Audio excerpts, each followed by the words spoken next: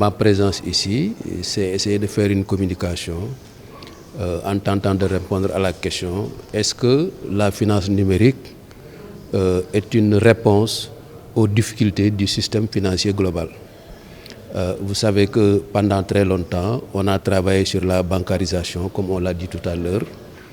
Nous savons que le taux de 20% n'a jamais été dépassé au niveau de la zone UEMOA. Il est d'ailleurs beaucoup plus faible en Afrique centrale, alors que l'accès aux finances est une question non seulement de droit, mais c'est une question fondamentale dans la prospérité des populations.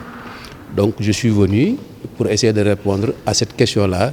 Est-ce que la finance numérique est une réponse aux difficultés du système financier global?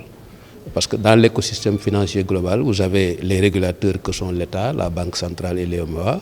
Vous avez également les structures de conseil telles que l'Observatoire de la qualité sur les services financiers. Vous avez des fournisseurs de services qui sont là, qui sont des entreprises individuelles et des personnes morales. Mais vous avez également les consommateurs.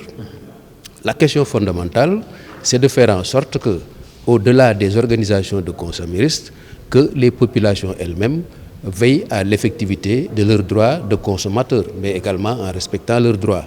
C'est ce lien-là, en général, qui pose problème, et c'est sur ça qu'il faut travailler pour que l'accès aux finances soit non seulement un outil de promotion individuelle et collective, mais également une stratégie de création de richesses et d'emplois pour nos différentes populations.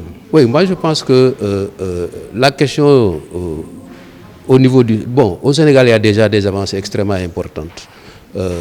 Comparé aux autres pays, nous sommes parmi les premiers. Aujourd'hui, si vous ajoutez à la bancarisation la finance numérique, vous pouvez, comme on l'a dit tout à l'heure, atteindre peut-être les 60 à 70%. La question maintenant, c'est est-ce que l'outil est suffisamment géré pour que les populations non seulement puissent la domestiquer, mais également l'utiliser de façon positive. Si nous travaillons à ce niveau-là, en faisant en sorte que les populations elles-mêmes veillent à l'effectivité de leurs droits, en principe, on devrait avancer beaucoup plus fortement au niveau de l'accès aux services financiers. Je sais que, par exemple, si vous prenez un service comme la DER, ils ont mis en place un système qu'on appelle les nano-financiers.